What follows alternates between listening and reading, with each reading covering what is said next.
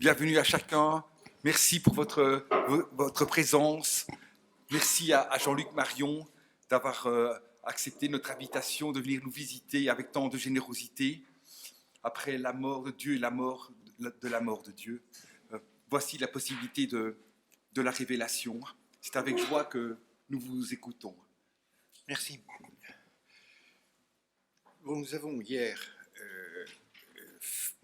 procédé à ce qu'on appelait dans l'ancien temps la pars destruans, la destruction nécessaire. Voilà. Oui, nous avons hier procédé à la destruction de la question de la mort de Dieu. Alors, la destruction, il faut toujours l'entendre en un sens positif. Le synonyme de destruction, dit Heidegger, c'est Abbau, c'est-à-dire quand on veut construire quelque chose de neuf ou reconstruire, il faut commencer par dégager les ruines pour voir ce qu'il y a dessous. Et en un sens, c'est ce que nous avons fait. Alors maintenant, il faudrait procéder à une reconstruction ou une construction de la question de Dieu positivement. Et si on n'avait pas fait le travail de destruction, on ne pourrait pas faire le travail de construction. On serait encore sur le tas de ruines, ou pire, avec l'illusion que les murs en fait de branlant tiennent. Alors, nous allons procéder en deux temps. Je vais d'abord redéfinir la situation, si je puis dire, sans prendre parti pour la révélation, mais en montrant comment elle est une hypothèse possible. Il y a une possibilité de quelque chose comme une révélation. Alors, est-ce qu'il s'agit là de philosophie ou de théologie? Je ne me pose plus la question, car la distinction, nous pourrons y revenir, entre théologie et philosophie n'est plus aussi nette qu'elle l'était il y a 1 ou 2 siècles. Nous ne sommes plus à l'époque des Lumières. Cet après-midi, je voudrais montrer comment, de fait, si l'on prend les textes bibliques, en particulier du Nouveau Testament, cette possibilité d'une révélation s'est accomplie. Donc cet après-midi, ce sera plus directement biblique et théologique, au sens étroit du terme. Donc, la possibilité d'une révélation. Ce que nous avons constaté hier, c'est que tout discours sur Dieu est un discours qui découvre un écart qui est interprété positivement ou négativement, mais un écart. C'est l'écart entre ce que nous concevons sous le nom de Dieu et Dieu lui-même. Et cet écart ne peut pas être réduit. Il y a toujours une inadéquation entre ce que nous concevons de Dieu et la possibilité que tel soit Dieu. C'est un point capital parce que la tentation, c'est toujours d'avoir une idole qui tient lieu de Dieu et qui doit plus à celui qui l'a construit qu'à Dieu lui-même, comme si l'écart n'existait pas. Alors, les débats habituels sur la question de l'existence de Dieu portent sur le caractère conclusif de cette idole ou son caractère illusoire. Mais dans tous les cas, c'est une idole, ça ne change pas grand-chose. Donc, ce qui est intéressant, c'est ce qui est capital, ce qui est décisif, c'est de considérer l'écart entre notre représentation, quelle qu'elle soit, et la chose même. Quelqu'un qui n'est pas un philosophe, mais que je tiens en très haute estime, l'écrivain de théâtre de la deuxième moitié du XIXe siècle et du début du XXe, Jules Renard, distingue dans son journal, je cite l'édition de la Pléiade, Le cas banal, il y a des gens qu'on connaît de vue et jamais de nom. Il y a des gens qu'on connaît de vue et jamais de nom. Ce qui veut dire que voir n'est peut-être pas toujours la chose la plus décisive, puisqu'on voit beaucoup de gens dont on ne connaît pas le nom.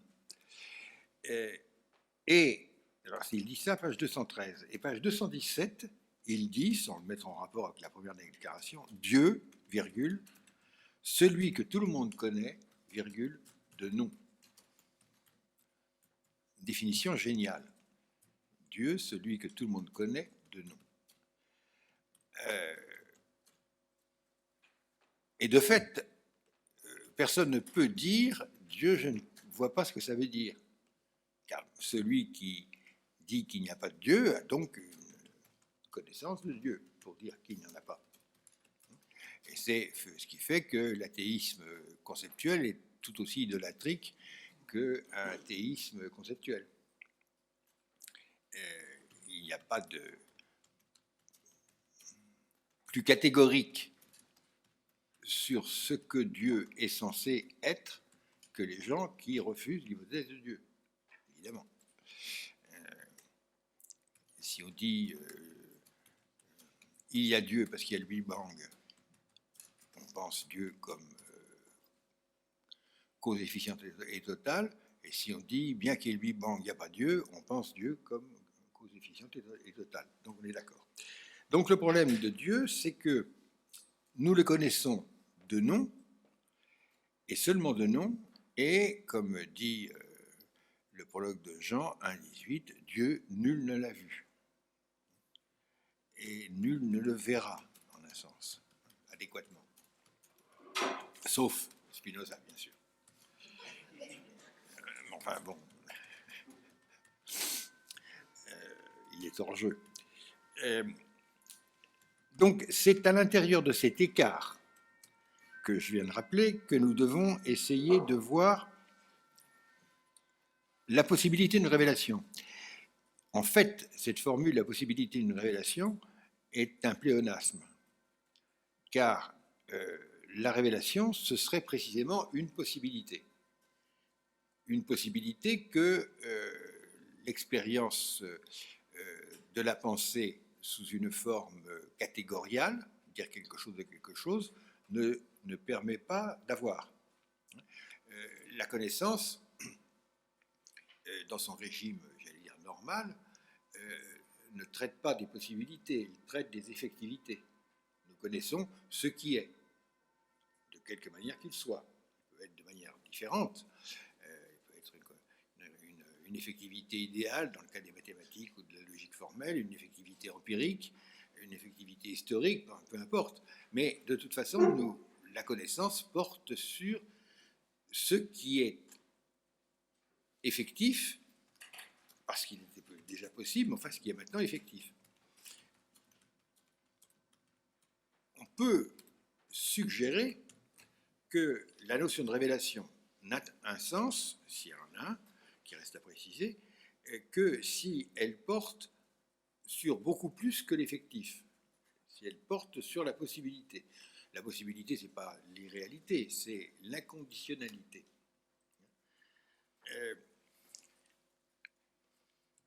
Alors, quels sont les éléments qui nous permettraient d'envisager cette possibilité? Alors, les premiers éléments sont acquis par la philosophie.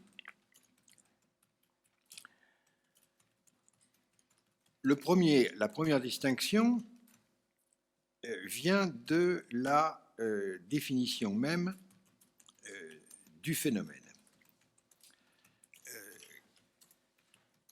Comment peut-on définir un phénomène? Alors, je pense qu'il faut partir de la définition la plus positive que la métaphysique ait donnée du phénomène, qui n'est pas une illusion, mais qui est un objet, c'est la définition donnée par Kant. Kant distingue les phénomènes des choses en soi, qui sont connus par pur acte d'intelligibilité, donc il les appelle aussi des noumènes, connus par le nous, Et en face, il y a les phénomènes qui sont connus par l'expérience sensible, dans l'expérience sensible. Pas seulement par l'expérience sensible, puisqu'il y a des concepts, mais dans l'expérience sensible. Donc le phénomène est le nom de ce que nous connaissons selon les formes de l'espace et du temps. C'est donc, si je puis dire, une traduction des choses mêmes qui, comme telle, ne nous apparaîtrait jamais si elle n'était dans l'espace et dans le temps, c'est-à-dire conforme aux formes de notre intuition, qui est toujours sensible. Alors, ce faisant, Kant limite la notion de phénomène, c'est ce qui apparaît à l'intérieur des conditions formelles de la sensibilité. Donc, ce qui ne peut pas se passer par les sens ne peut pas devenir phénomène. C'est une limitation. Mais en même temps, c'est une consécration, puisque l'objet, le phénomène, loin d'être une illusion ou une imagination ou un rêve, devient un objet. L'objet scientifique est un phénomène. Il n'y a pas du tout l'opposition entre l'irrationalité du phénomène et puis l'objet scientifique. Ils sont identifiés. Alors, dans cette définition du phénomène, il y a deux éléments. Donc, il y a ce qui relève de l'intuition, qui le limite, et ce qui relève du concept, les concepts purs de l'entendement que nous appliquons aux données sensibles, qui sinon resteraient inorganisées et inintelligibles. Kant parle d'une rhapsodie du sensible. Il y a donc, pour faire des phénomènes, à la fois tout le monde sait ça, un concept et une intuition. Alors, cette définition va être reprise par, en fait, tous les philosophes après Kant, en particulier par Husserl, qui lui aussi va dire qu'il y a, pour le concept, il dit la signification, et pour l'intuition, il dit souvent l'intuition, du moins dans les premiers textes, dans les recherches logiques. Et à partir des idéons, il va dire plutôt la noèse et le noème, c'est-à-dire la forme et le contenu du phénomène. Alors, cette définition, elle est tout à fait capitale, mais elle est limitative. Alors, elle est limitative de plusieurs façons. La première, c'est que la plus secrète, en un sens, c'est que on peut se demander pourquoi le phénomène reste sensible. Sensible au sens de la sensibilité finie de l'homme. Est-ce que la finitude de l'homme est la règle absolue de la phénoménalité? Pour Kant, oui. Mais, et par exemple, Husserl, dans la célèbre 6e recherche logique, la 2e partie, a tenté de montrer, alors on peut discuter s'il y arrivait véritablement, qu'il y a des intuitions qui ne sont pas sensibles. On parle de ce qu'il appelle les intuitions catégoriales. Je vous donne un exemple, enfin c'est l'exemple de Husserl. Quand je dis le café est chaud, j'ai 3 termes, disons 3 concepts. Café, chaud et est. Dans une proposition prédicative, il est bien clair que le premier et le dernier sont obtenus par intuition, peuvent être remplis et vérifiés par intuition sensible. Si le café est froid, le café est chaud, va être invalidé sur le 3e terme. Et là, j'ai une intuition sensible. qu'en est-il de est? Est-ce que est, la copule, est obtenue? Est-ce que c'est un concept avec intuition ou sans intuition? Pour Kant, c'est un concept sans intuition. Et quand on passe à la tasse de le machin de café, merci, le gobelet est, c'est-à-dire le sens disons, existentiel du verbe être, pas la copule, à ce moment-là, est-ce que nous en avons une intuition sensible? Alors, la position de Kant est ambiguë. Nous l'avons vu hier, quand il dit « être est une position ». C'est une position. Donc, ça n'est pas un concept. Parce que le concept peut être décrit. La position pure de est indescriptible. C'est pourquoi ça n'est pas une qualité réelle, etc. On a vu ça. Mais est-ce que j'ai une intuition de la position qui permettrait de valider est? Il faut, en fait, c'est présupposé par Kant. Est n'est pas un concept, ça n'a pas de contenu. Enfin, est, c'est l'existence. L'existence, c'est pas rien. Donc, je dois bien en avoir une intuition. Mais alors, est-ce que c'est une intuition sensible ou une intuition pas sensible? Cette question, Kant ne se la pose pas. Ou alors, il va dire que c'est une intuition sensible. Mais c'est un peu étrange de dire que c'est une intuition sensible, puisque une intuition sensible, alors on peut dire oui que c'est une intuition sensible parce que elle arrive dans le temps, dans le lieu. Mais en même temps, on voit bien que est a une fonction logique qui outrepasse le caractère sensible, parce qu'on peut dire que dans les catégories de Kant, les concepts, l'existence fait partie des catégories. De la même manière, la nécessité, les trois catégories de la modalité, la possibilité, l'existence, Dasein, et la nécessité. Bon, ce sont des concepts. Donc, il y a une ambiguïté sur ce point. Alors, Husserl tente de démontrer que les termes purement logiques qui interviennent dans une proposition est l'affirmation, la négation, etc., sont l'objet d'une intuition. Et c'est pour ça d'ailleurs qu'il y a en quelque manière des raisonnements logiques purs. C'est parce que on sait très bien quand on voit une contradiction qui n'a pas d'objet, qui peut ne pas être vérifiée, enfin, attestée dans l'intuition, on voit formellement la contradiction, ou on voit formellement la tautologie. Et dans les mathématiques, on raisonne sans intuition, du moins dans certains cas, sans intuition ou avec très peu d'intuition, et on a pourtant une intuition. Donc, Husserl soutient qu'il y a une intuition catégoriale. Donc, la question de la définition du phénomène peut varier. On peut dire qu'il y a une intuition catégoriale. De toute façon, pour Husserl, je pense que c'est indiscutable, il y a une intuition des essences. C'est-à-dire l'essence du rouge. Je ne parle pas seulement l'essence de la ligne, du triangle, des idéalités mathématiques, mais l'essence de le rouge. Personne n'a jamais vu le rouge.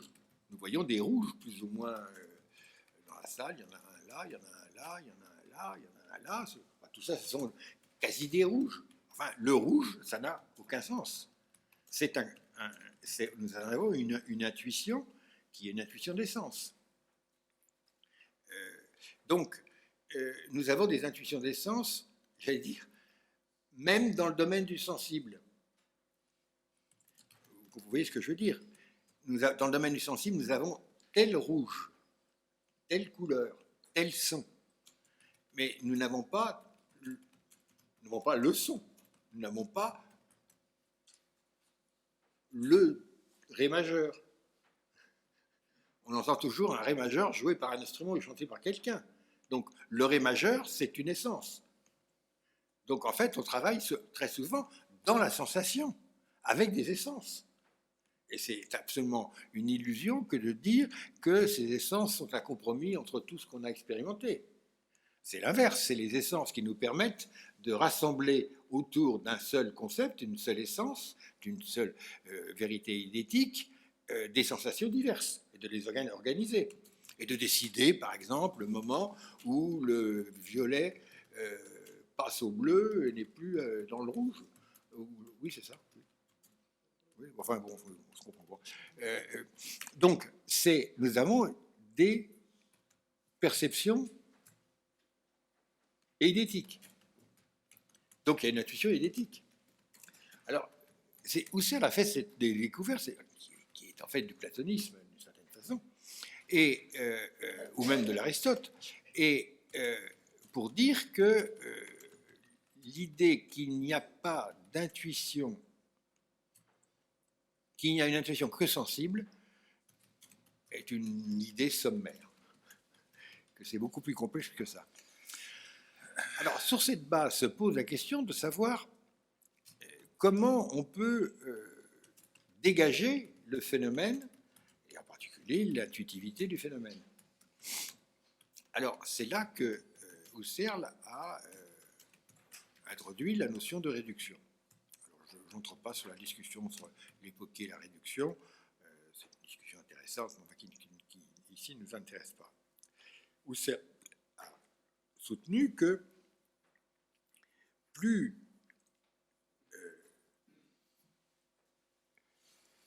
que nous devons admettre le phénomène comme tel et pour autant qu'il se donne.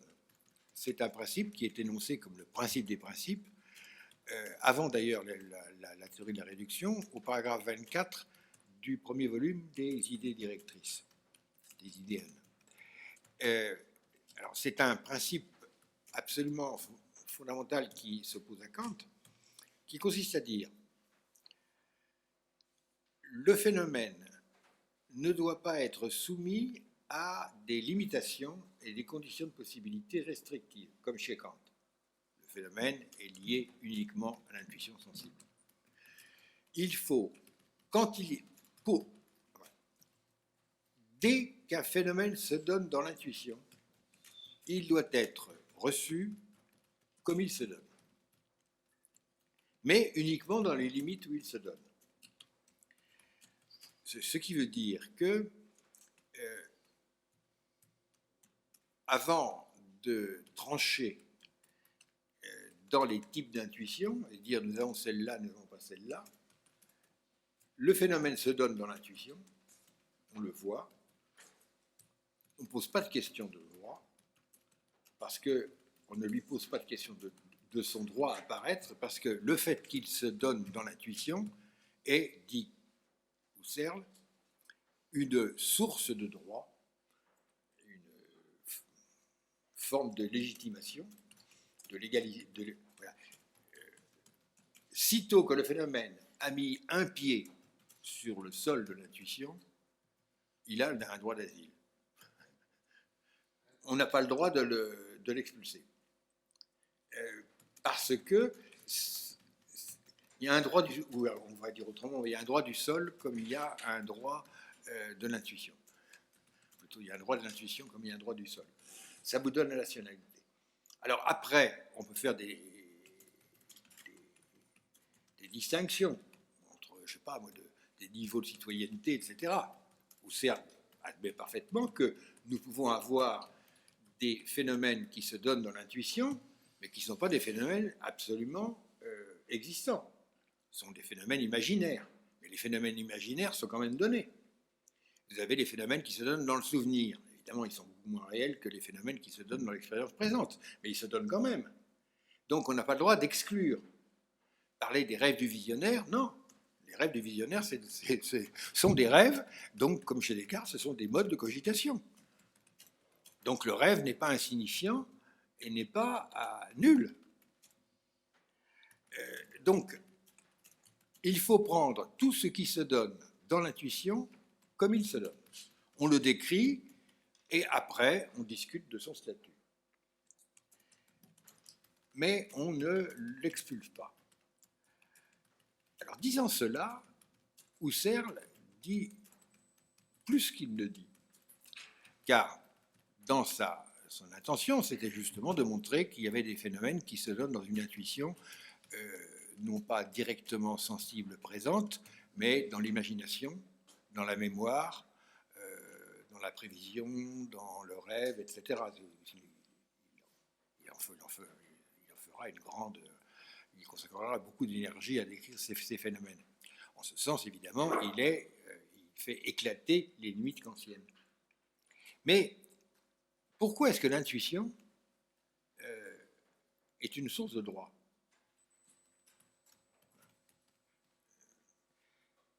Parce que, disait déjà Husserl en 1907, dans un texte que je crois absolument central qui s'appelle L'idée de phénoménologie, enfin l'idée de la phénoménologie,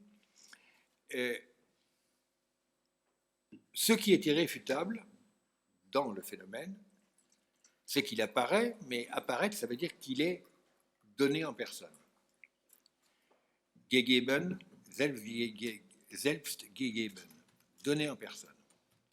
Et c'est la propriété du phénomène qui s'impose, qu'on le veuille ou non, il est donné en personne. Ce qui veut dire que le fond de la réalité, de l'autorité, de la présence, si on veut, du phénomène n'est pas seulement l'intuition, comme disait Kant. Le concept sans intuition est vide et l'intuition sans concept est aveugle. Ce n'est pas l'intuition qui remplit le concept. Au bout du compte, c'est la donation, le fait que le phénomène se donne. L'allemand, c'est Gegebenheit. Et on pourrait dire que la réduction phénoménologique, quelles que soient ses spécifications, vise toujours à dégager dans ce qui apparaît ce qui se donne vraiment et à garder, pour le décrire, le donné. Et c'est ce qui se donne qui est la norme de toute la description. Alors, Heidegger, 15 ans après Husserl, dans le paragraphe 7 de Être étant, définit la phénoménologie comme l'entreprise de laisser ce qui se montre an ihm selbst se montrer an ihm selbst. Alors, que veut dire se montrer an ihm selbst? Je garde l'allemand parce qu'on traduit habituellement se montrer par soi ou en soi. Mais en fait, c'est une allusion claire comme de l'eau de roche à la chose en soi, la chose Ding an sich. Donc, quand il dit, il faut laisser le phénomène qui se montre an ihm selbst, c'est-à-dire en lui-même, par lui-même, le laisser apparaître en lui-même. C'est-à-dire que la donation, car Heidegger dira à propos de la phénoménalité des Anunzeit d'ailleurs que es gibt, cela se donne, cela donne. Se donner, c'est se donner à partir de soi. C'est un point capital. Se donner à partir de soi. Ce qui n'est pas exactement le sens du donné sensible dans l'empirisme anglais et du donné sensible tel que Kant le reprendra. À savoir que chez Locke, par exemple, les données sensibles, les qualités secondes, comme il dit, les qualités secondes, est-ce qu'elles sont données à moi ou est-ce que c'est moi qui qui les isole, qui les produit, qui les recense, qui les assemble, etc. Les qualités, c'est d'ailleurs l'argument de l'empirisme, c'est seules les qualités premières, qui ne sont d'ailleurs pas des qualités, puisque ce sont des figures mathématiques, et elles sont même mathématisables, donc c'est très ridicule de les appeler qualités, alors que ce sont des quantités.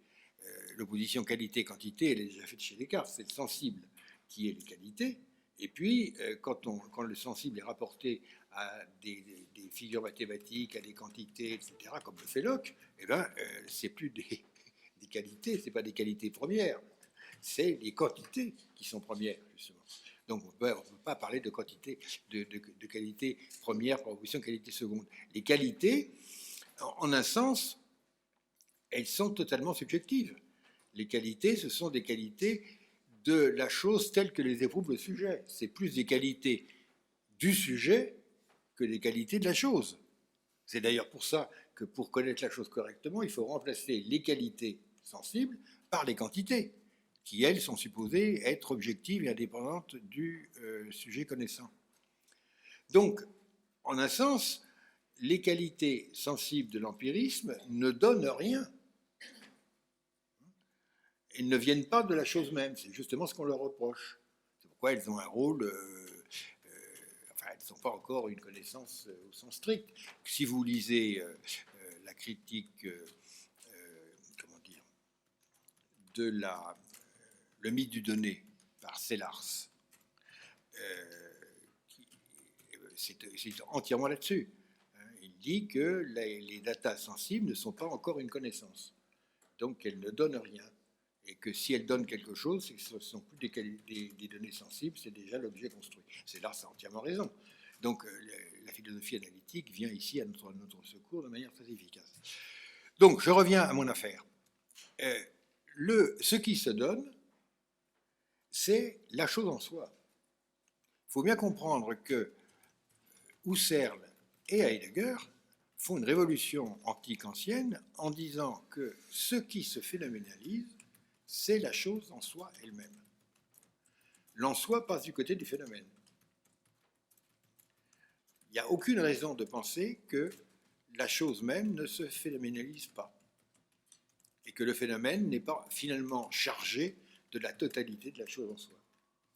Du moins, c'est l'ambition franchement révolutionnaire et audacieuse, c'est le moins qu'on puisse dire, de la phénoménologie. C'est pourquoi c'est un élargissement considérable du champ de la philosophie. Alors, jusqu'où cet élargissement peut-il aller avec le primat de la donation comme horizon ultime de la phénoménalité et de la donation de la chose qui se donne elle-même? Alors c'est là que moi, si je puis dire, j'ai fait, sinon un pas de plus, du moins ajouter une formulation de plus. La réduction, qui consiste à accepter le phénomène comme il se donne, plus il y a de réduction, plus il y a de donation. Autant de réduction, autant de donation. Alors, j'ai une pensée pour Marc Richir, qui un jour, dans un colloque à Paris, on parlait tous les deux, je vous l'avais dit, conclusion de mon exposé, plus il y a de réduction, d'autant moins de donation. Bien entendu, c'est faux. Parce que Richir, comme souvent, comme beaucoup, pense à la réduction comme une réduction. C'est-à-dire que la réduction consiste à mettre entre parenthèses une partie de la réalité, la mise entre parenthèses. En fait, la réduction chez Husserl, c'est une entreprise qui consiste à ne garder de l'expérience que ce qui se phénoménalise et de laisser de côté, comme il le dit dans le paragraphe 24, toutes les théories imaginées à l'avance sur la perception. Le bon exemple, c'est vous avez des intuitions éveillées et des intuitions dans l'imagination ou dans le rêve. Bon, vous pouvez dire d'emblée, je ne considère que celles que j'ai, les phénomènes que je vois en état de veille. Et les autres, je n'en tiens pas compte. Bon, ça, c'est une élimination. La réduction, ça consiste à dire, je ne garde que ce qui apparaît, et je laisse tomber le reste. Donc c'est une réduction pour privilégier, si je puis dire, le visible, d'où qu'il vienne, comme dans le surréalisme, si je puis dire. On ne fait pas des choix dans le visible, on prend tout. Donc en ce sens, la réduction n'est pas une élimination, une restriction. Pour bien comprendre la réduction, pardonnerez cette analogie, c'est comme dans la cuisine, quand vous faites une réduction, c'est pour tirer le meilleur d'une sauce, d'un jus, d'un truc comme ça. C'est comme quand vous distillez du jus de raisin pour en faire de l'alcool, du jus de bière, j'en sais rien. Donc, quand vous distillez, vous faites une réduction. C'est-à-dire, vous amenez le liquide au niveau d'un esprit de ce liquide. Il est donc encore plus fort de goût qu'il ne l'était avant, plus alcoolisé aussi. Donc, quand vous faites une réduction, vous sélectionnez ce qu'il y a de mieux dans ce qui arrive. Et donc, je me suis dit, quand on fait une réduction et qu'on veut voir arriver le phénomène, qu'est-ce qu'on en fait du phénomène? Il est quoi à la fin? Chez Husserl, le phénomène, c'est toujours un objet. C'est-à-dire, c'est toujours la rencontre d'une intuition et d'une signification. Alors, l'objet, évidemment, chez Husserl est plus, à un sens plus large que l'objet chez l'usage technique, scientifique. Mais enfin, c'est toujours un objet, c'est-à-dire ce que l'on peut connaître, au contraire de la chose que personne ne peut connaître, puisqu'elle est toujours en train de venir. Nous allons revoir ce point. Heidegger va dire que quand on fait une réduction, il emploie un peu le mot, pas beaucoup, parce qu'il ne veut pas prendre le langage de Husserl trop nettement, mais quand on fait une réduction, on doit réduire tout ce qui se montre au meilleur de lui, si je puis dire, c'est-à-dire à son statut d'étant, et comparer les phénomènes dans leur mode d'être, leur mode d'apparition, le vie du phénomène, le comment du phénomène. Pour Heidegger, c'est finalement le mode d'être. Il y a les étants qui sont sur le mode de la présence permanente, et ceux qui sont sur le mode de la Zuhörigkeit, de l'ustensilité, et puis il y a le Dasein qui est sur le mode de l'existence, etc. Donc, ce sont les différents modes d'être qui permettent de classifier les phénomènes en tant qu'ils apparaissent. Mais est-ce que tous les phénomènes doivent ou peuvent relever de distinctions sur des modes d'être? Moi, je suggère qu'au bout du compte, c'est les modes de donation eux-mêmes qui sont le fin fond de l'affaire.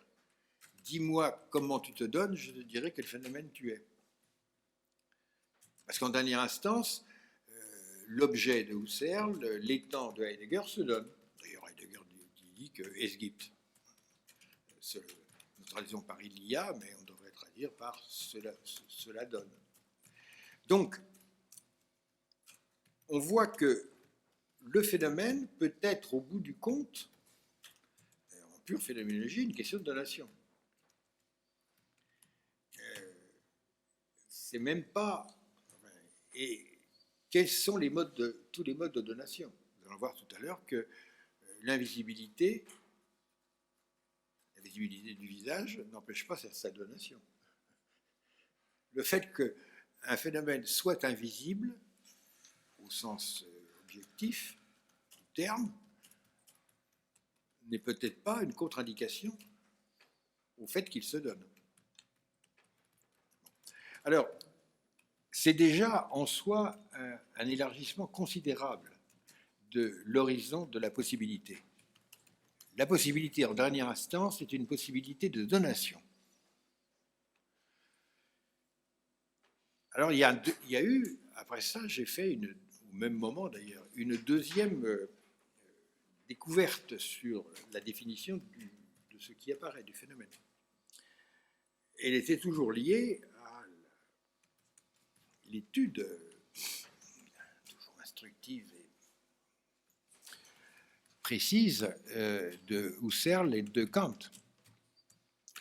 Il est remarquable que Kant maintienne la définition scolastique de la vérité, l'adéquation de la chose et de l'entendement. Bien qu'il la renverse, c'est autre chose. Et Husserl la maintient aussi. C'est au paragraphe 39 de la fin de la première partie de la 6e recherche logique. Et Husserl et Kant sont d'accord pour dire que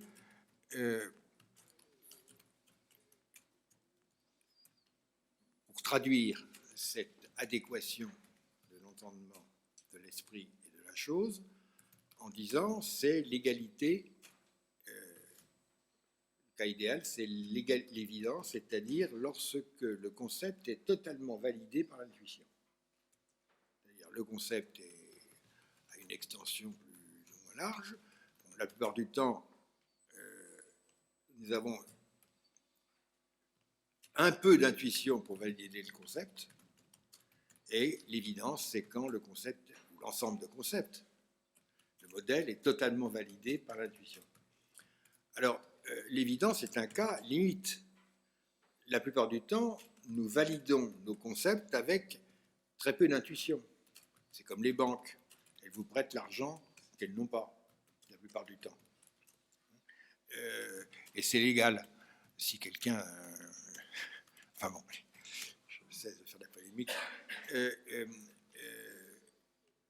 Et nous sommes des banquiers de l'intuition. C'est-à-dire, la plupart des concepts que nous manions pour connaître les choses, nous n'essayons pas, nous ne prenons pas le temps ni la peine, nous serions incapables de les valider par l'intuition correspondante. Personne... quand on ouvre le tourne-bouton pour qu'il y ait de la lumière, bon, on voit la lumière, c'est bon. On considère que le système électrique est en marche. On ne va pas vérifier partout que de fait, intuitivement, en mesurant, le courant passe bien. On sait qu'il passe, mais on ne sait pas comment. Quand on prend son téléphone portable, évidemment, on ne sait pas du tout comment fonctionne le téléphone portable. Donc, notre vérification intuitive du concept ou de l'ensemble de concepts du téléphone portable est très déficiente. Mais c'est justement ça qui est le bon usage. Donc la plupart du temps, nos phénomènes ne sont pas validés à 100%. Donc nous avons une déficience d'intuition par rapport au concept. Et c'est très bien comme ça. Bon. Alors il y a des cas, quand on valide pour la première fois un concept ou un ensemble de concepts, une théorie scientifique, bon, il faut que tout soit validé. Quand on fait un nouveau produit, évidemment, dans les laboratoires, les types valident tout.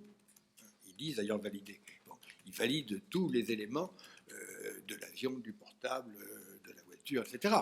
Bien sûr. Mais l'usager, lui, n'a pas besoin de valider tout ça. Donc l'usager est comme un banquier qui prête ce qu'il n'a pas. Mais quand envisage, comme Husserl, ces deux cas. Alors, j'ai fait une deuxième... Bon, est-ce qu'il n'y a que ces deux cas?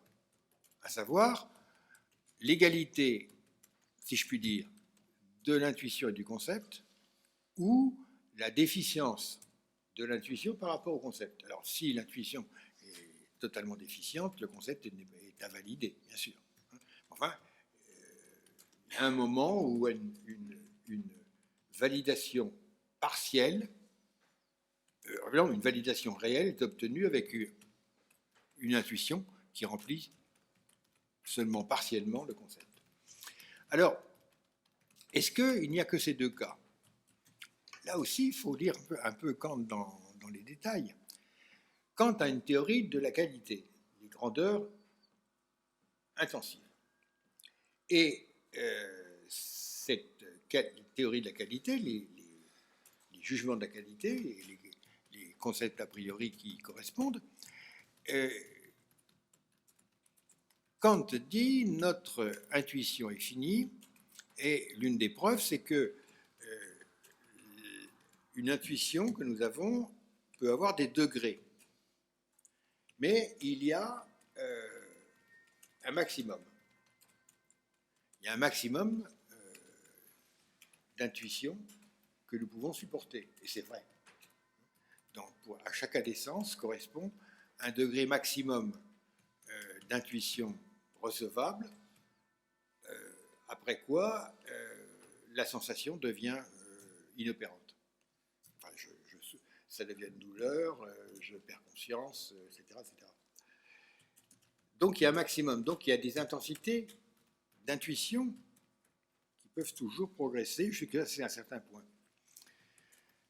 Alors je me suis posé la question suivante. Est-ce qu'il n'y a pas des phénomènes où l'intuition non seulement n'est pas défaillante, mais elle devient immaîtrisable par le concept, c'est-à-dire elle dépasse l'intensité supportable, comme dans la vue, par exemple, l'éblouissement, comme dans l'audition, le moment où vous n'entendez plus rien parce qu'il y a trop de bruit. Puis ça peut mettre en cause votre système auditif, etc. Est-ce qu'il n'y a pas des excès d'intuition? Alors évidemment, il y a des excès d'intuition. Évidemment. D'ailleurs, Kant lui-même en donne des exemples dans la troisième critique avec la définition du sublime.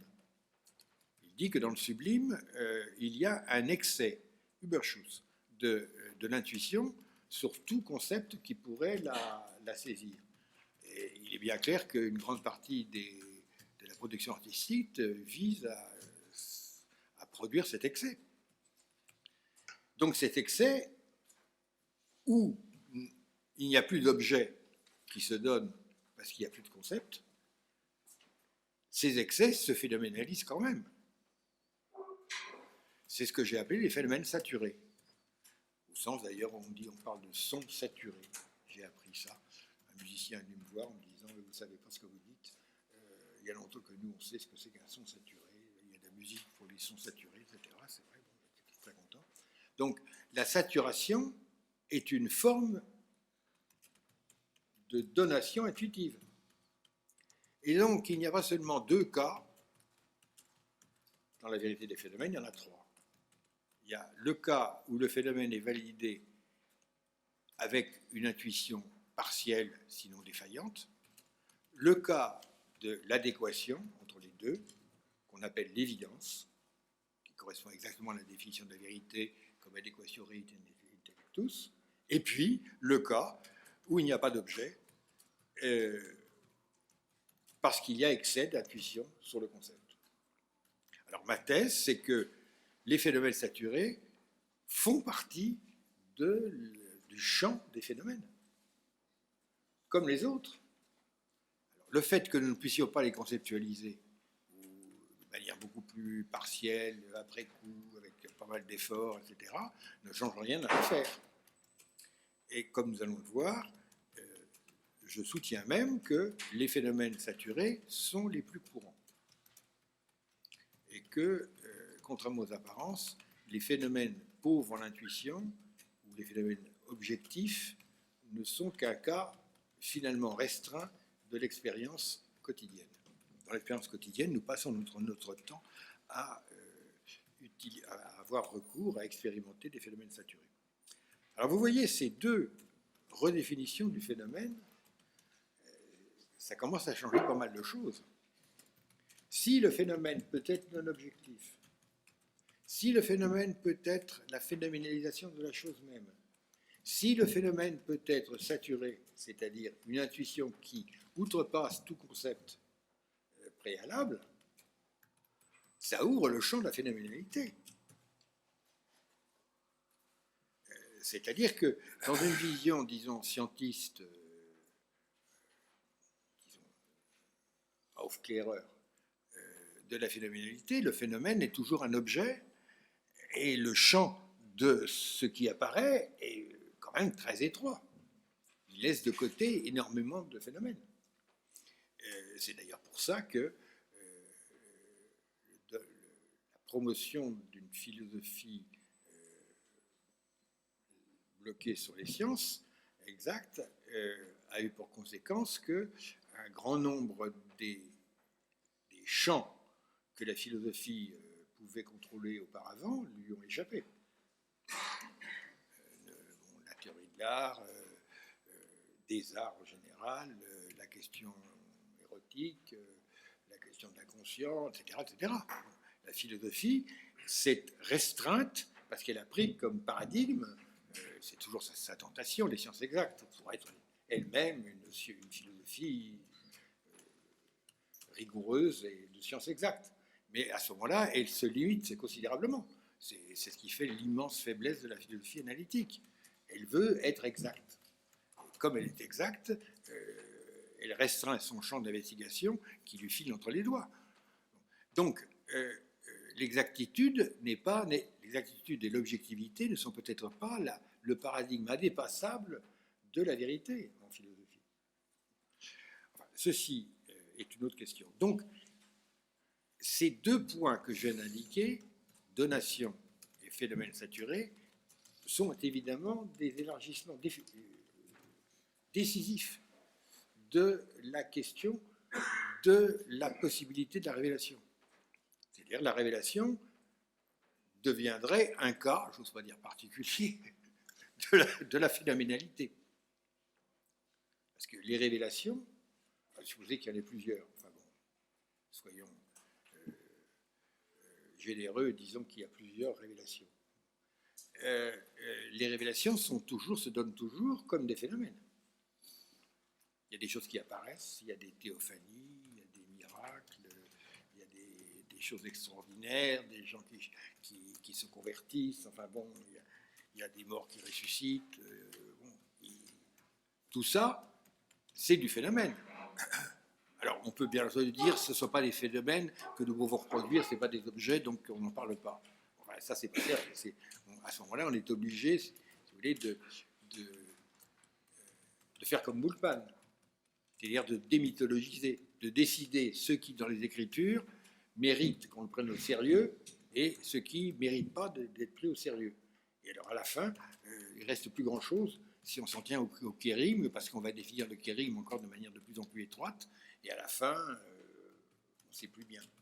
Bon, donc, cette voie qui consiste à faire des choix dans ce qui mérite description phénoménale dans les textes de révélation est une voie sans issue. Je veux dire, il y a tout un courant de l'exégèse qui l'a pratiqué, et on sait bien que ça mène à nulle part. Ça mène à la dissolution des textes mêmes.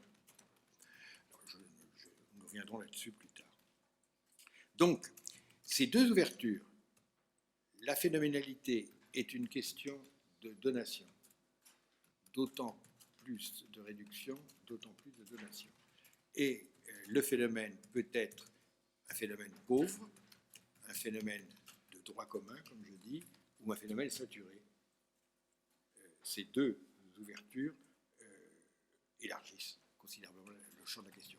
Alors, sur cet phénomène saturé, donc, je propose de distinguer les phénomènes pauvres, c'est-à-dire en fait les connaissances où il y a très peu d'intuition impliquée.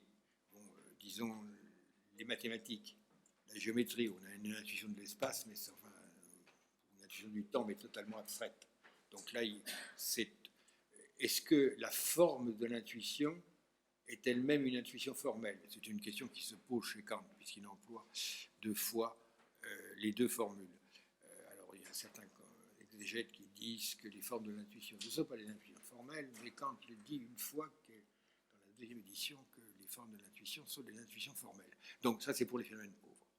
Puis, vous avez les phénomènes de droit commun, ceux que j'indiquais, l'objet technique, où on n'a pas besoin de toute l'intuition complète pour valider le concept. Et puis les phénomènes saturés, qui sont des phénomènes où l'intuition n'est pas synthétisée, n'est pas subsumée, pour parler encore le langage de Kant, par un concept ou un ensemble de concepts. Le sublime chez Kant est un bon exemple. D'autres exemples, l'idée d'infini, par exemple, chez Descartes. Nous avons l'intuition de l'idée d'infini, mais nous n'avons pas le concept. Le concept est incompréhensible. Donc, ça n'est pas quelque chose d'inconnu à la philosophie. On pourrait dire que l'essai, l'actus scindide chez saint Thomas, c'est un phénomène saturé type, puisque, en un sens, tout le monde l'expérimente, pour autant que tous les gens, toutes les créatures finies qui existent, voient leur essence, si je puis dire, dynamisée et validée par l'acte d'être, dont aucune de ces créatures n'a le moindre concept. Donc, nous avons une expérience intuitive de l'acte d'être en nous, mais nous n'avons qu'un concept. Bon, on pourrait soutenir ça.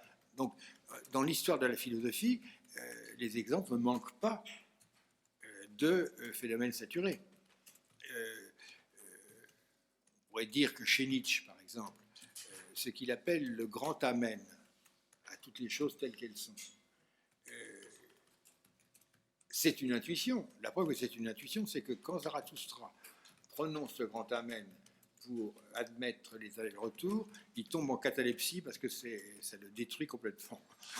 Donc ça, c'est une caractéristique typique du phénomène saturé. La défaillance de celui qui l'éprouve.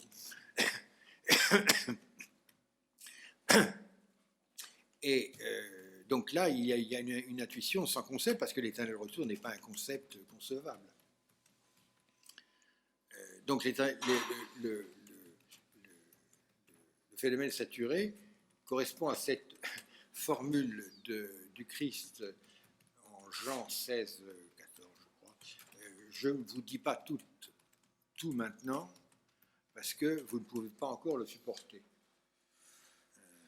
Houk Bastadzeigne d'une esté, un truc comme ça.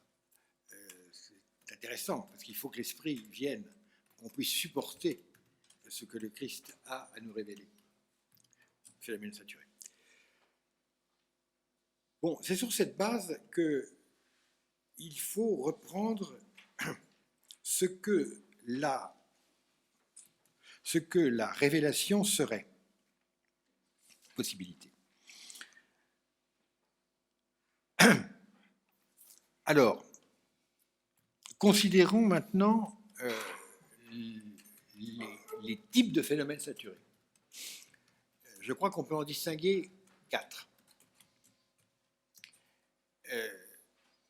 Il y a le phénomène saturé qui correspond à une catégorie de la quantité chez Kant.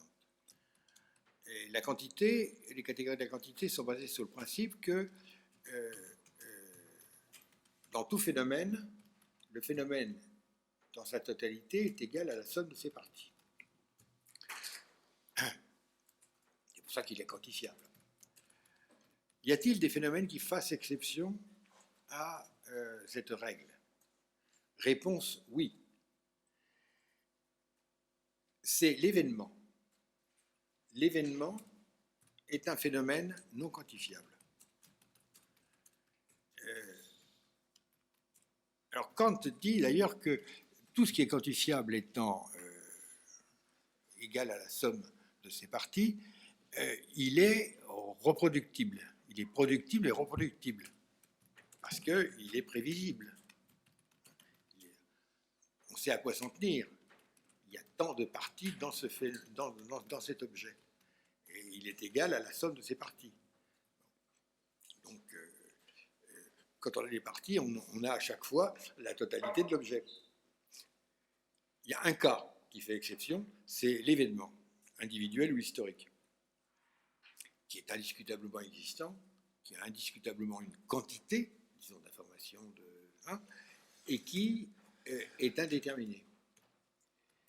Et on ne sait pas quand il finit, on sait quand il commence, mais on ne peut pas prévoir quand il commence, et on ne peut pas le reproduire. Il est imprévisible et non reproductible. Donc tout événement historique, aucun événement historique, par exemple, aucun événement personnel, n'est reproductible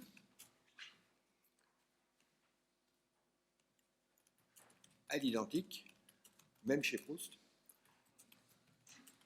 Et oui, parce que la petite Madeleine reproduit une sensation antérieure, mais c'est un miracle. C'est arrivé, ça arrive 2 fois dans la recherche, cette reproduction. Ça arrive dans le premier volume et il arrive dans le dernier volume, avec le pavé. Bon.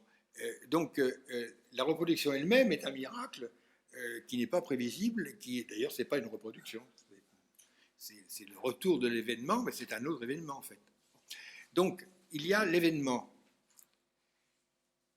Deuxièmement, il y a ce que j'appelle l'idole, c'est-à-dire l'intensité insupportable de l'intuition, nous en avons déjà parlé,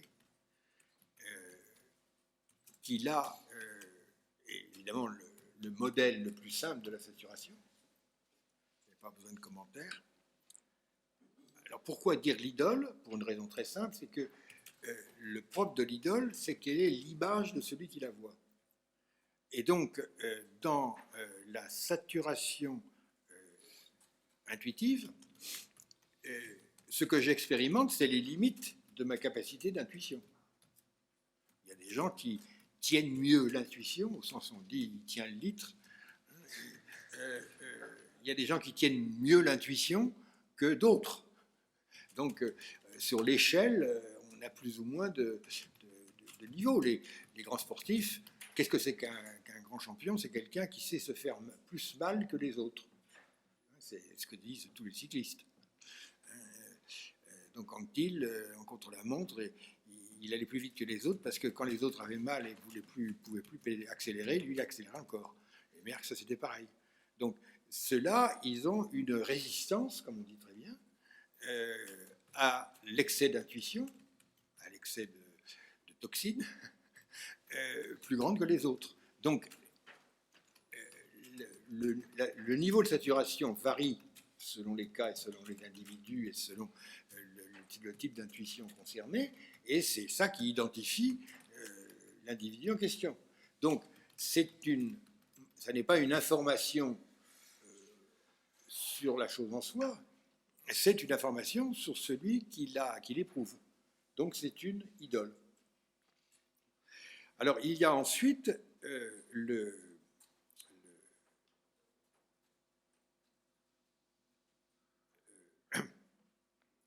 ce que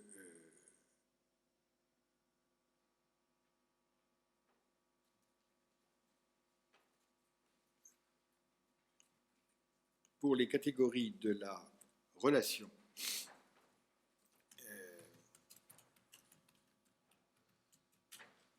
et les catégories de la modalité. Alors, pour les catégories de la relation, ce sont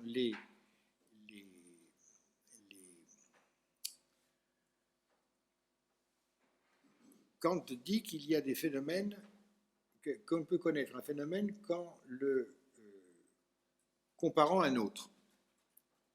Et c'est d'ailleurs très juste, en un sens, quand on voit une seule chose, on ne sait pas sa taille, on ne sait pas où elle est. Il faut la remettre dans son contexte, il faut savoir où elle est et quelle est sa taille réelle. Alors ça, c'est vrai pour les phénomènes du monde sensible, sans doute, mais est-ce que c'est toujours vrai? Est-ce qu'il n'y a pas des phénomènes qui ne sont pas, non seulement qui ne sont pas en relation, mais qu'on ne peut pas mettre en relation? Des phénomènes qui ne sont en rapport qu'avec eux-mêmes. Alors, ça, si je puis dire,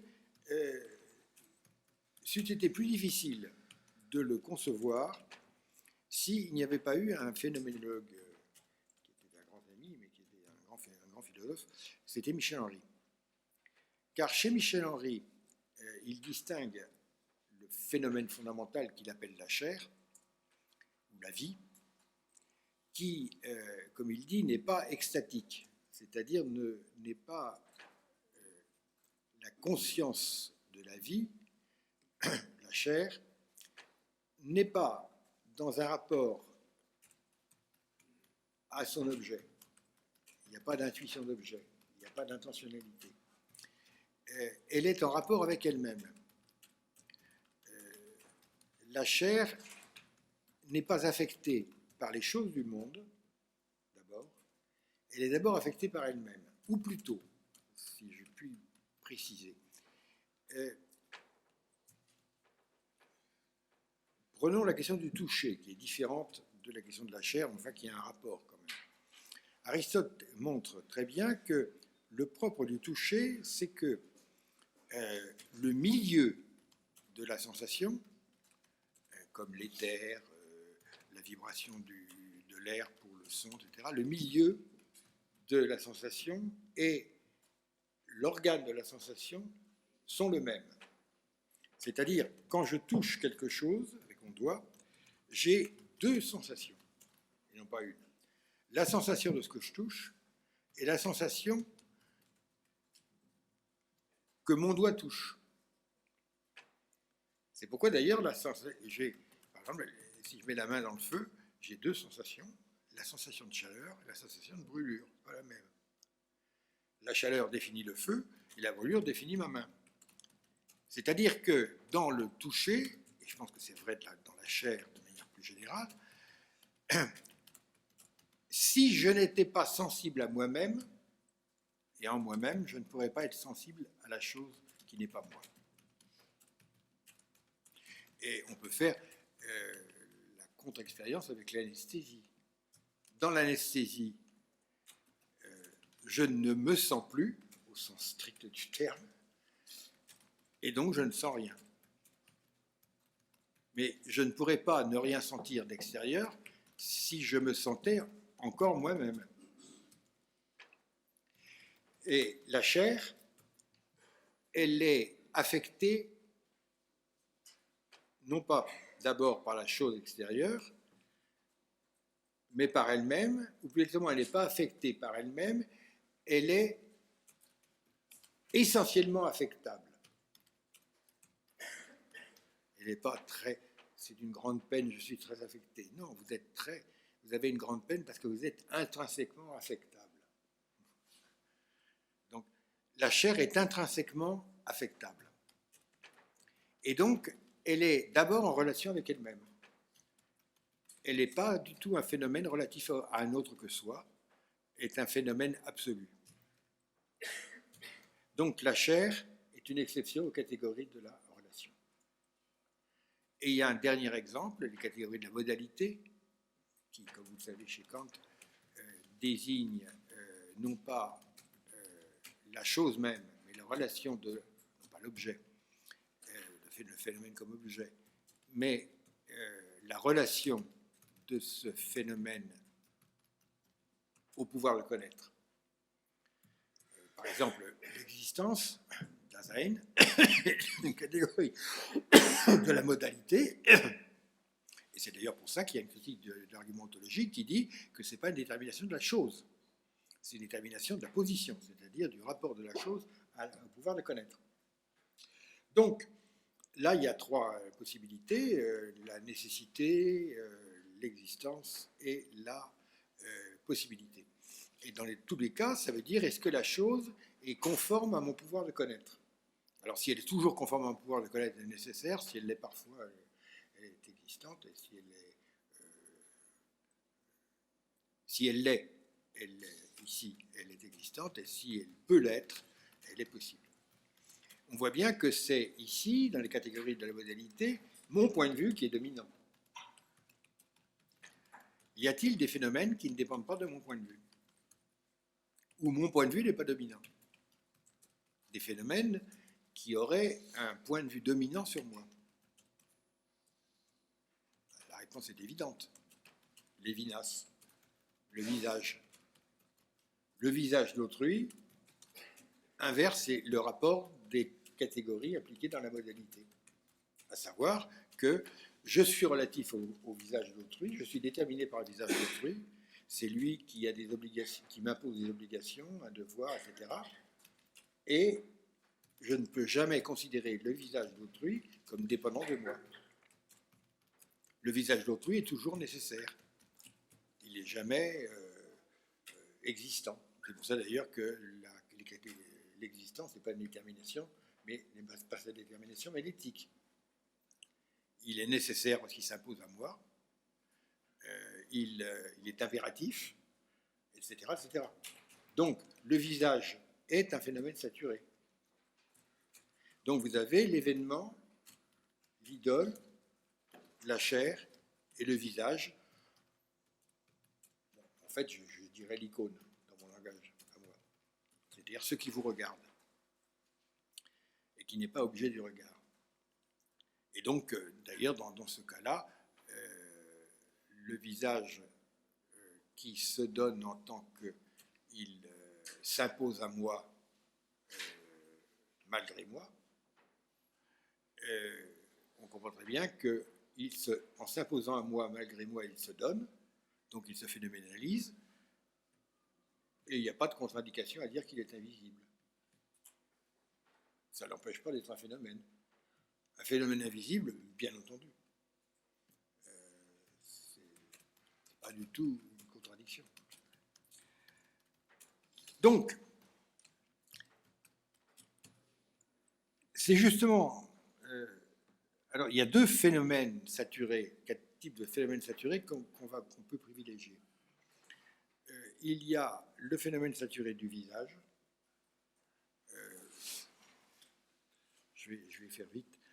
Qui, parce que il est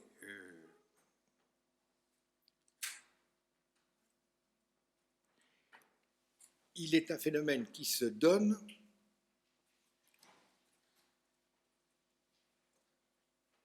comme moi, si je puis dire, comme un autre moi que moi. Il est le cas où je ne suis plus le réceptacle, l'organisateur, le centre, le Ishpol, comme dit Husserl, le point je, le pôle je de l'expérience, mais où, très étrangement, le pôle je de l'expérience, c'est dans un tu. Où le je, ça n'est plus moi. Une espèce d'inversion, comme une chaussette qu'on retourne, de l'expérience. C'est-à-dire que, en général, le phénomène qui se donne, et surtout le phénomène saturé, advient à partir de lui-même. Et j'en suis le récepteur. Il se donne et je suis le récepteur qui le reçoit, c'est-à-dire ce que j'appelle l'adonné. C'est moi qui suis adonné au phénomène qui se donne. Mais dans le cas du visage, le phénomène qui se donne, c'est un jeu. Ça renforce le retournement, si je puis dire. C'est un jeu. Et donc, il y a une exemplarité de ce type de phénomène saturé sans comparaison. Alors, encore une fois, ce qui fait le privilège du visage, c'est qu'il s'impose et me décentre du centre de la phénoménalité. Et ceci suffit à le qualifier. Et au lieu on a souvent marqué, Lévinas l'a dit peut-être un peu trop, qu'il faut substituer à la vue l'audition. C'est vrai que c'est biblique. Mais pourquoi est-ce qu'on peut substituer la vue à la vue l'audition? Pourquoi est-ce que la parole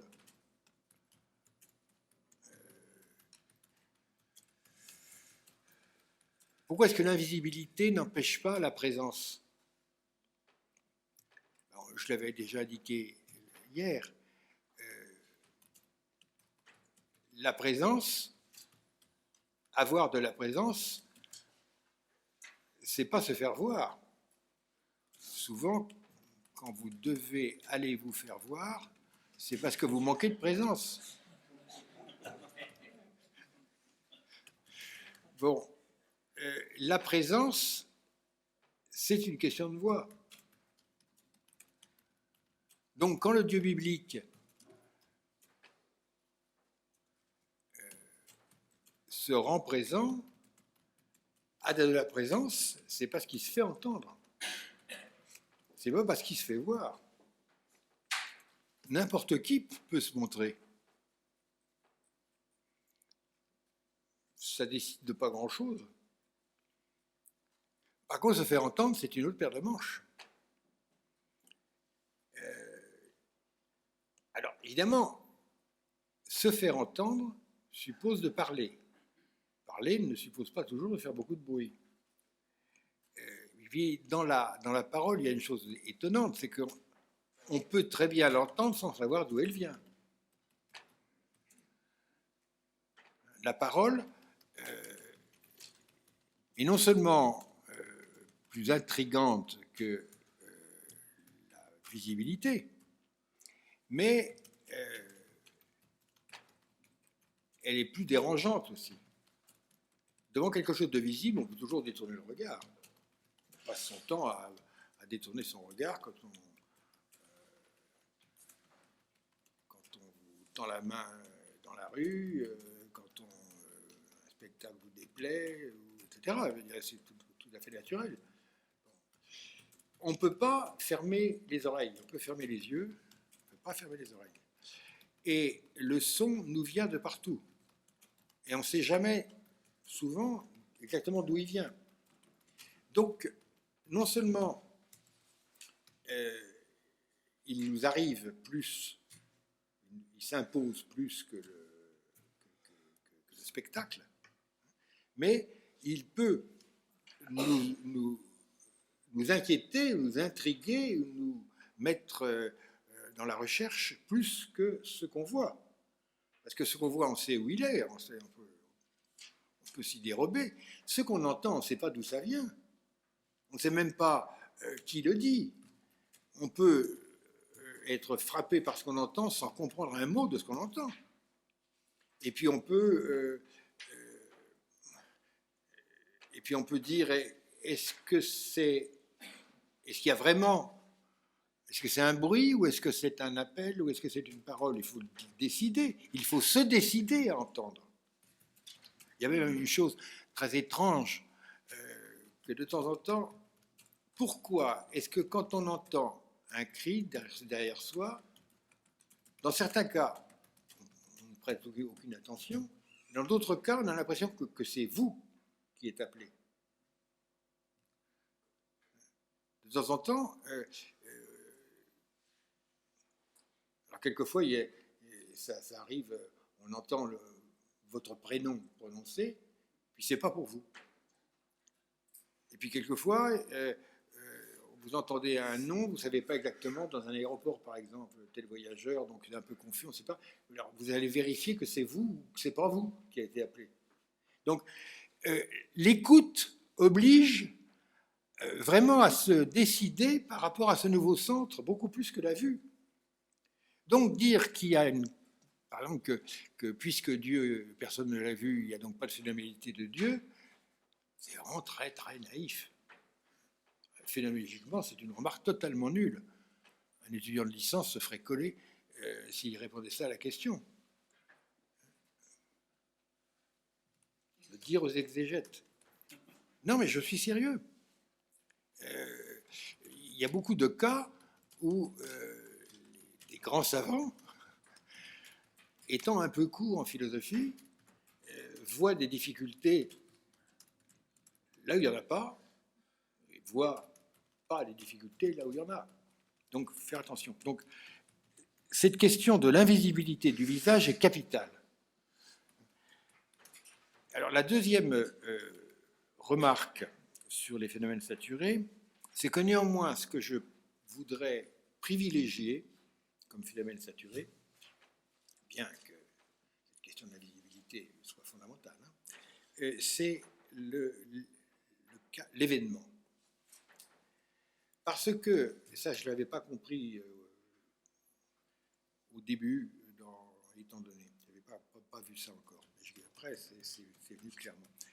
Le propre de l'événement, c'est que donc il n'est pas quantifiable, il n'est pas égal à la somme de ses parties, et donc il n'est pas prévisible. C'est Kant qui dit que la quantité, etc., permet la prévision.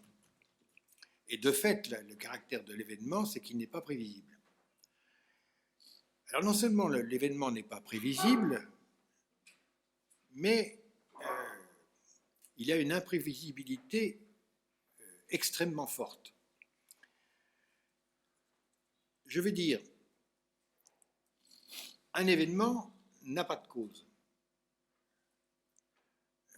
Les exemples sont que la guerre de 14 n'a pas eu de cause, ou alors elle a une infinité de causes, et ces causes, on les reconstitue après coup.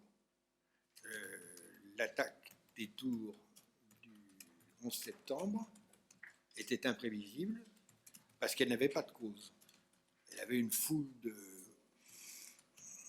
conditions de possibilité, d'acteurs possibles, d'interactions, etc., qu'on redécouvre après coup, mais personne n'avait de cause, ne connaissait les causes à l'avance pour pouvoir prédire la chose. Si la science, c'est la prédiction, c'est ce que je crois, et la science ne peut s'appliquer et ne prédire que des objets. L'événement n'étant pas un objet, il n'est pas prédictible parce qu'il n'a pas de cause antérieure à lui-même. En ce sens, il n'est pas possible. Puisque la possibilité, dans sa définition classique, c'est l'ensemble des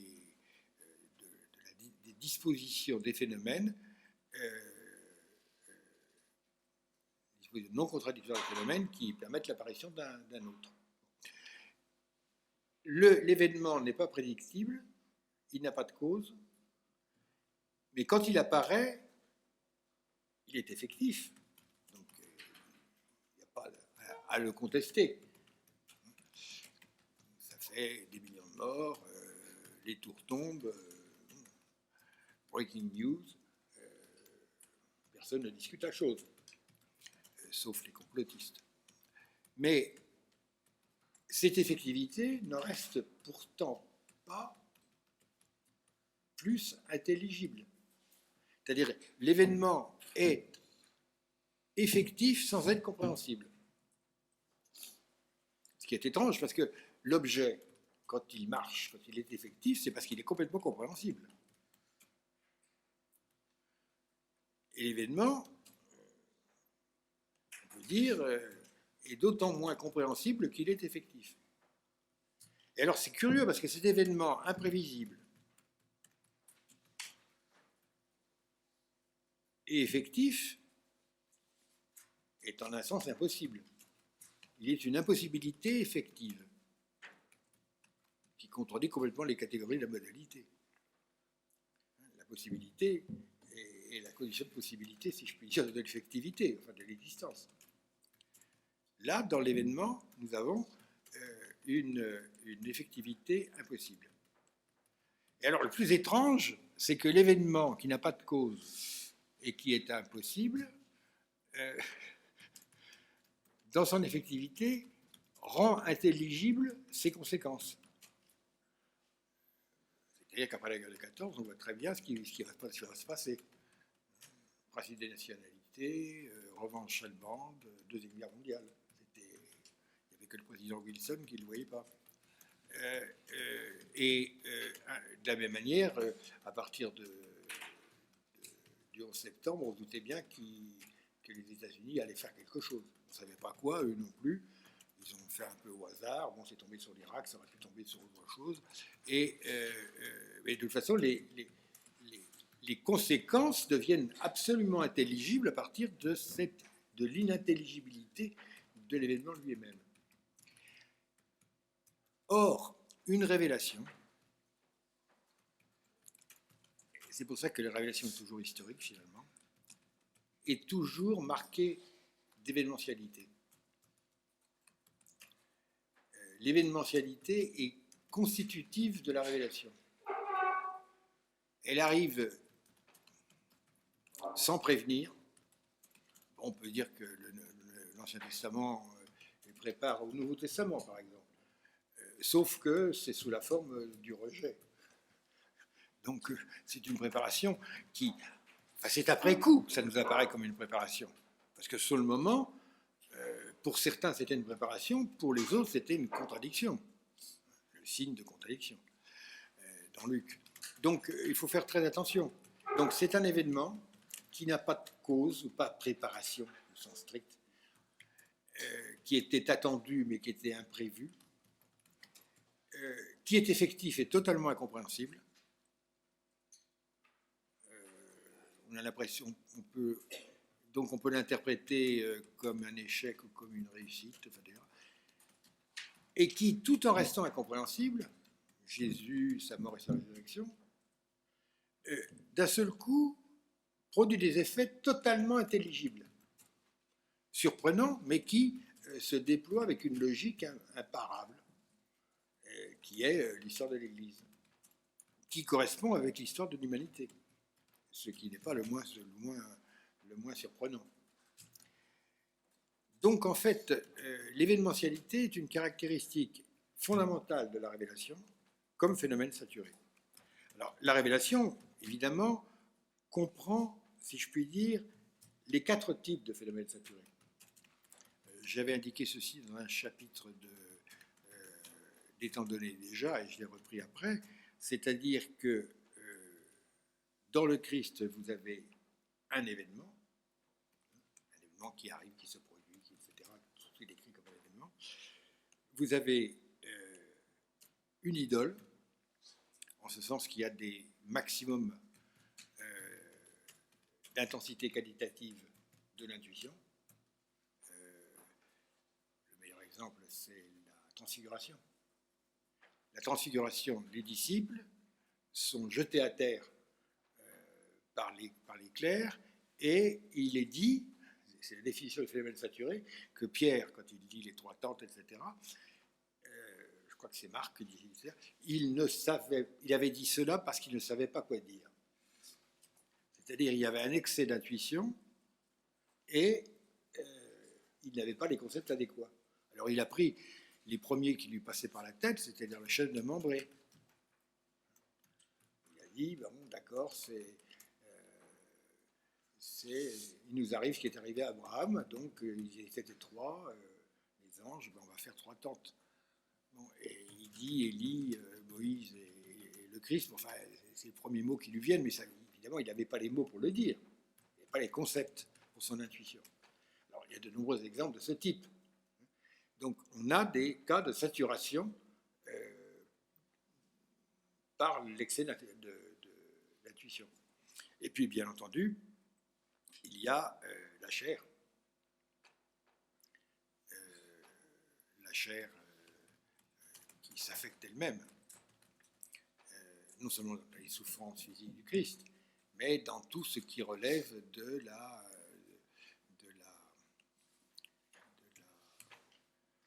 chasser les démons, rétablir la santé, etc. Tout ça, ça relève absolument de la chair. Et pour le visage, le Christ,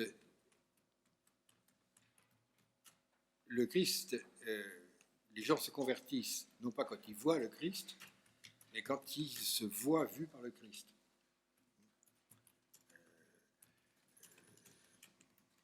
Zaché, enfin, je veux dire, les gens se voient vus par le Christ, et c'est ça qui change tout.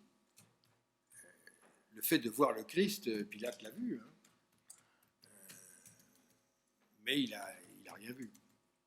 Donc, voir le Christ, c'est de se voir vu par le Christ. Donc, tout ceci, ce sont les cas. Je veux dire, si on utilise les catégories inversées de la phénoménalité, élargie de la phénoménalité et inversée dans le phénomène saturé, immédiatement, on se dit, qu'à tout le moins, il est possible de décrire phénoménologiquement, sans s'engager sur la vérité de la chose, les phénomènes qui sont consignés dans les textes bibliques. C'est possible. Et bon, le gros reproche qu'on peut faire à l'exégèse classique, je veux dire historico-critique, qui est si savante et qui a découvert beaucoup de choses, j'ai une grande admiration pour ce travail-là, pour autant que j'ai pu le lire et l'utiliser, c'est que quand il s'agit de la vérité, de la vraisemblance, des genres littéraires, des formes poétiques, etc., leur paradigme pour faire des distinctions, ce sont les phénomènes non saturés. Ce sont les phénomènes comme objets. C'est par rapport à ça qu'ils jugent de la vraisemblance ou de la possibilité. Donc ils sont totalement décalés. Ils lisent en noir et blanc un texte qui est en couleur. Alors, je vais dire un dernier mot avant la discussion. Mais on va dire pourquoi privilégier cette définition large des phénomènes plutôt que la définition habituelle des phénomènes comme objets. On pourrait dire ça. Vous faites ça parce que ça vous arrange. Tactique classique du catho qui veut tirer la couverture à lui pour permettre une interprétation plus facile des Écritures. Voilà. Eh bien, ce n'est pas le cas. Parce que j'ai une raison, en un sens, une première raison, est largement suffisante de préférer l'interprétation large des phénomènes comme la chose même qui se donne et comme phénomène saturé. C'est que l'expérience des phénomènes que nous avons dans la vie courante est d'abord l'expérience des phénomènes saturés et non pas des phénomènes d'objets. Car nous passons notre temps à être dans les phénomènes saturés. Les phénomènes d'objets correspondent à ce que Heidegger appelle les phénomènes Zuordnungen et Vorhandene, c'est-à-dire les phénomènes permanents, enfin, supposés permanents à un certain temps, et les phénomènes qui nous sont utilisables, c'est-à-dire le monde des objets techniques et assimilés. Mais nous ne vivons qu'au deuxième degré dans ce monde-là. Le véritable monde dans lequel nous vivons, c'est par exemple le phénomène saturé de la chair. C'est-à-dire d'avoir mal ou pas avoir mal, de se sentir bien ou mal. Nous vivons là-dedans. Nous vivons aussi, et ça c'est un point capital, dans des événements. C'est-à-dire, qu'est-ce qui reste de notre journée? Une journée normale, on rentre chez soi, quelqu'un vous demande qu'est-ce qui s'est passé aujourd'hui? Bon, rien.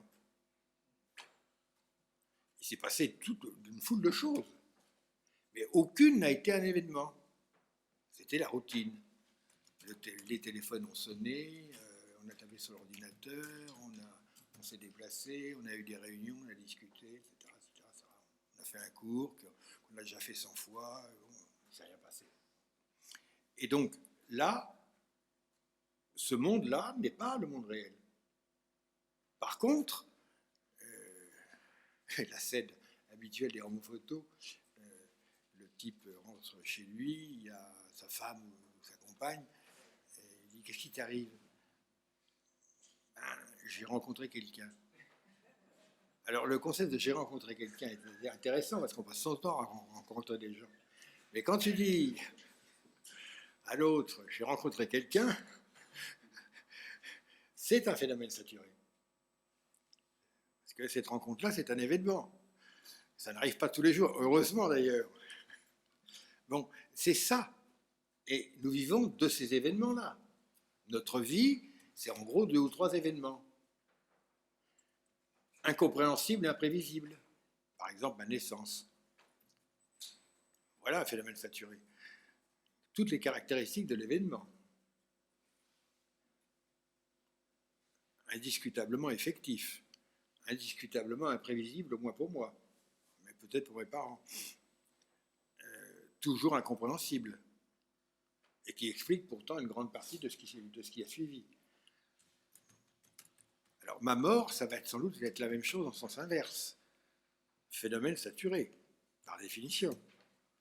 On ne sait pas ce que c'est, on ne peut pas le prévoir, c'est certain que ça va arriver. Bon, voilà les deux plus grands événements de la vie. Ce sont des phénomènes saturés. Et chaque fois que vous tombez amoureux, c'est un phénomène saturé, pour le meilleur ou pour le pire. Donc, nous vivons dans les phénomènes saturés. Et une grande expérience artistique, etc., ce sont des phénomènes saturés, évidemment. Donc, et c'est pour ça que la philosophie classique a beaucoup de mal à parler de ces phénomènes-là. C'est pour ça que l'esthétique, je l'avais déjà dit hier, enfin, la philosophie esthétique de la métaphysique classique est quand même consternante. C'est pourquoi il y a un silence tonitruant de la philosophie classique sur l'intersubjectivité et la relation à autrui. Et dans ce contexte que la philosophie classique ait abandonné ces théologies sérieuses pour faire cette chose très discutable qu'on appelle la philosophie de la religion, on voit bien que plus la philosophie classique s'est constituée comme métaphysique, moins elle était capable de parler des phénomènes saturés. C'est pas qu'elle les ignorait, j'ai donné des exemples tout à l'heure, mais elle n'avait pas les armes pour les accepter vraiment. Donc la raison pour laquelle je prends parti pour les phénomènes saturés et la définition large de la phénoménalité, c'est d'abord celle-ci. Que ça a des conséquences positives pour la question de la révélation, tant mieux. Mais à l'origine, ce n'était pas ce qui était visé. En fait, c'est une évolution de la phénoménologie qui commence avec Husserl et Heidegger, et que la génération à laquelle je succède, et qui a été si brillante, Derrida, Henry, Lévinas, et à moindre titre Ricoeur, a donné toute sa force. Voilà.